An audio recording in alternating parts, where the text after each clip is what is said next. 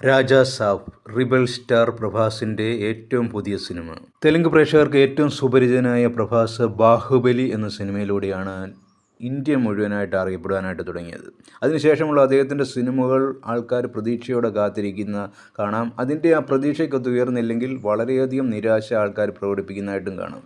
അദ്ദേഹത്തിൻ്റെ ആ ബോഡി ലെവലിലുള്ള നടത്തം, അദ്ദേഹത്തിൻ്റെ നോട്ടം, ഇതൊക്കെ ആൾക്കാർക്ക് വളരെയധികം ഇഷ്ടപ്പെട്ട ഒരു രീതി ആയതുകൊണ്ട് അതിനെ പ്രാമുഖ്യം നടത്തുന്ന അദ്ദേഹത്തിൻ്റേതായിട്ടുള്ള സ്റ്റൈലിഷ് ലെവലിലുള്ള സിനിമകളാണ് കൂടുതൽ ഇറങ്ങുന്നത്. പക്ഷേ കന്നഡയിലെ യാഷിൻ്റെ കൂട്ട് തന്നെ പ്രഭാസിനും മറ്റ് വലിയ വലിയ സിനിമ ചെയ്യുന്നവർക്ക് അതിൻ്റെ അടുത്ത സിനിമ അതിലും മികച്ചതെത്തിയില്ലെങ്കിൽ പ്രേക്ഷകർക്കുണ്ടാകുന്ന നിരാശ പിന്നീടുള്ള സിനിമകളെ വളരെയധികം ബാധിക്കുന്നതായിട്ട് കാണാം.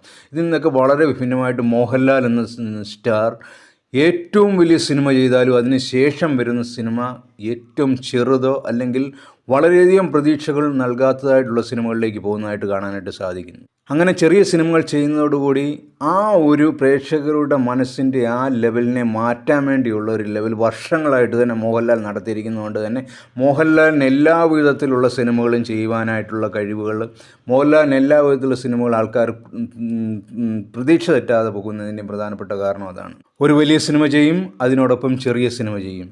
ഒരു ആക്ഷൻ സിനിമ ചെയ്ത് കഴിഞ്ഞാൽ ഫാമിലി ട്രെൻഡിലുള്ള സിനിമ ചെയ്യും.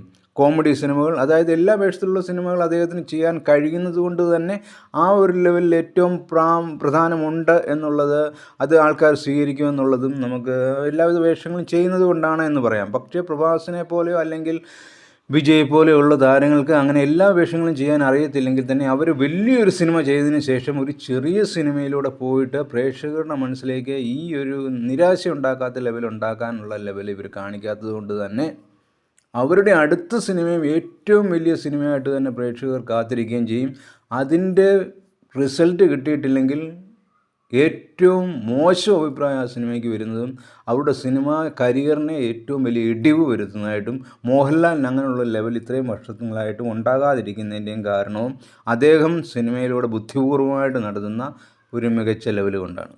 കന്നഡയിലെ യാഷ്, KGFിലെ യാഷ്, ആ സിനിമയ്ക്ക് ശേഷം ഇപ്പോൾ ഇത്രയും വർഷമായിട്ട് ഒരു സിനിമ ചെയ്യാനായിട്ട് അദ്ദേഹത്തിന് സാധിക്കുന്നില്ല. കാരണം അതിനേക്കാട്ടിലും മികച്ചത് വന്നില്ലെങ്കിൽ എന്താകുമെന്നുള്ള പേടി. പ്രഭാസ് അതിനുശേഷം വളരെയധികം വളരെയധികം സിനിമകൾ പരീക്ഷണാർത്ഥത്തിൽ വളരെയധികം സിനിമകൾ ചെയ്തെങ്കിലും ഈ പ്രതീക്ഷകളിലേക്ക് ഒന്നും ഉയരാൻ കഴിയാതെ വരികയും കൽക്കി എന്ന സിനിമ മാത്രമാണ് അദ്ദേഹത്തിന് ആൾക്കാരുടെ ഒരു പ്രശംസ നേടിക്കൊടുക്കുവാനിടയാക്കിയതും. വീണ്ടും വീണ്ടും വരുന്ന സിനിമകളെല്ലാം അദ്ദേഹത്തിന് ഒരു മികച്ച ലെവലിലേക്ക് പോകാനായിട്ട് സാധിച്ചില്ല. സിനിമാ ജീവിതത്തിലൂടെ തന്നെ അദ്ദേഹം മറ്റൊരു ലെവലിലേക്ക് പോകാൻ സിനിമാ ജീവിതത്തിലൂടെ തന്നെ കടന്നു പോന്നിട്ടും അദ്ദേഹത്തിന് ഒരു മികച്ച ലെവലിലേക്ക് പോകാൻ കഴിയാതിരിക്കുകയും പ്രഭാസിന് ഇഷ്ടമുള്ളതുകൊണ്ട് വീണ്ടും ആൾക്കാർ അത് കാണുവാനായിട്ട്